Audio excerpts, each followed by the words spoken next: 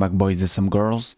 Blossom the Sea Life is a very chill game where you play as a little robot and you try to rebuild the planet of what has been. There's a bunch of shit over there. The game is very fun. I can tell this is going to be a long game, longish game, but there's some rough edges, so I want to already talk about it. So the very start of the game is actually pretty fun because you do two things.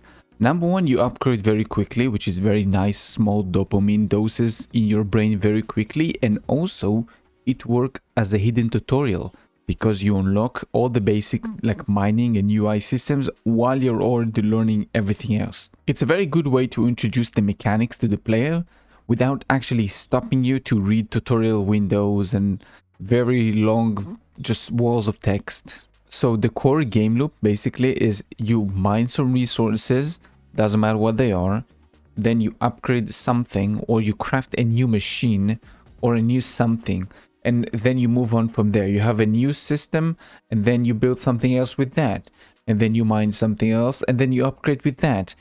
And while you're doing all of those, you also deploy some equipment that are going to terraform the planet. There's multiple ways. You have temperature, you have pressure, you have soil, you have life, and I think I missed one. Oxygen, maybe. I think oxygen is the last one. Basically, all those trees, once you level them up all the way to the end, should be the end game. This is when the planet is fully green, alive, there's water everywhere.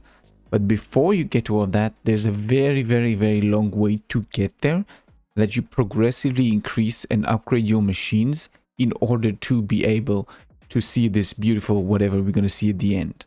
Now, I want to first of all go into the biggest problem I noticed the game has, and that's the inventory management. It is pretty terrible. They're kind of going for the Astroneer system here, but it doesn't feel very smooth or nice. When you're trying to put items into storage, when you're trying to move something from your backpack to something else, doesn't matter what, to the floor even, it's a nightmare. The way you're controlling things is with Z and X.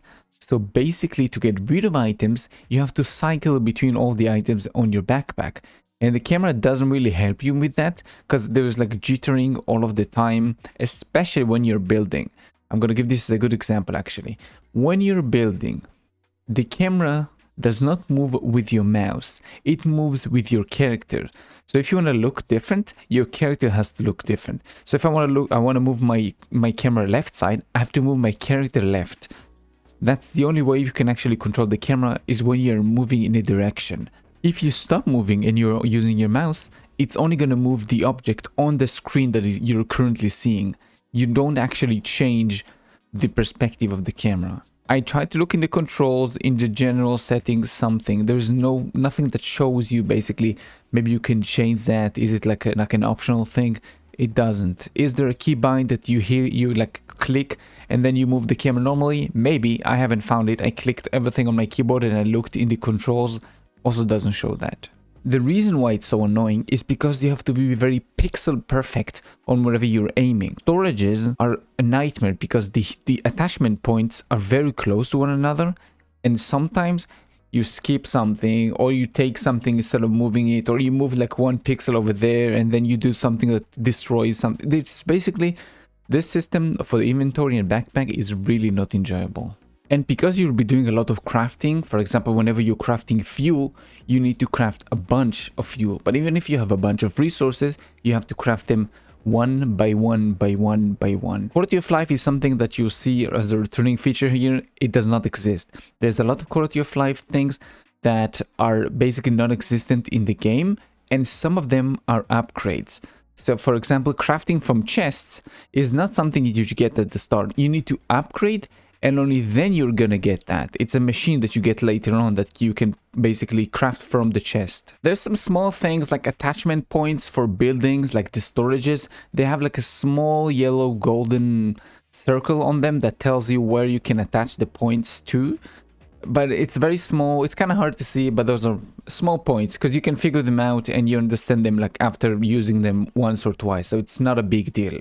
There were also some problems that I got launched into space in my vehicle. I think I wasn't recording when it happened, but basically whenever you go on ice and the ice is growing, because you're terraforming the planet. So if the ice is growing with you, if you try to like hit W, go fast with your car on top of this, you're gonna get launched into space so freaking fast. It's fun, and your character does again flip, so it's not that much of a big deal. You just drive back, but it's kind of, it hurts your process of trying to farm while the ice is growing. So I recommend you don't do that. You don't farm while the ice is growing. Now for the tech tree, this is kind of freaking cool. I love it. The tech tree itself is unlocking automatically. So you deploy machines that terraform the planet, and once they reach specific increments, so every 50, I don't know, atmosphere points or every 10 temperature points, you get something. And then that something can be a faster way to terraform. It can be something that will help your logistics. It could be a rover. It could be something that helps to make your life a little easier while you're terraforming the planet. And this is perfect. The pacing feels very, very, very nice. There's some specific items I would say, hey, move this here, make this a little quicker, but nothing that really like breaks the cycle or anything like that. Just very small things. But overall, I really, really enjoyed the way this is getting unlocked, like the pacing of the things. Very enjoyable. I also noticed something, that power basically is shared across everything that you have. So everything is going to be equal. So there's no like prioritization for power for anything. Maybe there's in the future. I tried to look a little bit in the tree. There's something that's called power junction. I don't know if it's like helps with that. Maybe you can give like benefits something. I don't really know that. But from what I've seen, there's a lot of things that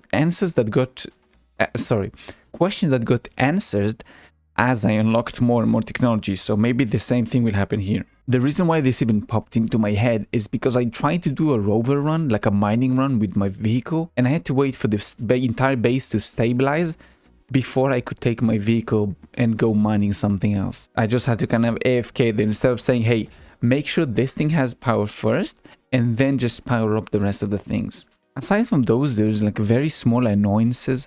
Things like whenever you're holding like a cable that you want to connect to something, or maybe you want to disconnect it, if you press E, which is to hold, instead of Q to throw the cable, then you can't do anything with the cable. You're kind of stuck with it in your hand. You have to connect it something and then disconnect it, and only then it works.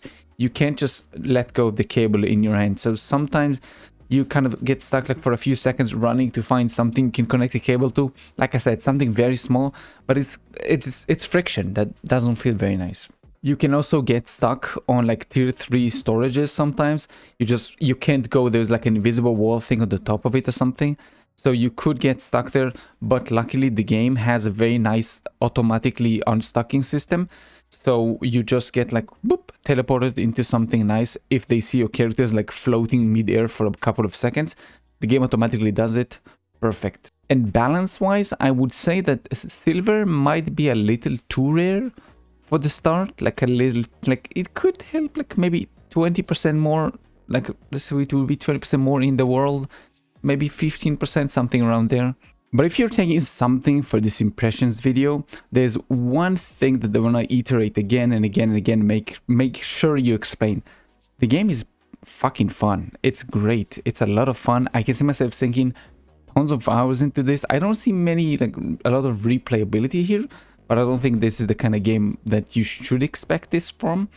But just everything, all my problems are basically like things that you can fix. Quality of life features and the like small tiny bugs that I found here and there. That's it. Like I can see myself sinking so many hours into the game. I love using the vehicles. I love the settings. I love the story around this whole thing. I love everything the game has to. I love the way you progress. I love the pacing. I love the skill trees. I love the machines that you're using. I love everything. My only problems is the quality of life and the bugs. That's pretty much it. The precision you need to have whenever using the inventory, the no mass crafting, the limited power management thing that maybe could expand in the future. I don't know yet. But all in all, I'm going back to play the game because it's a ton of fun either way.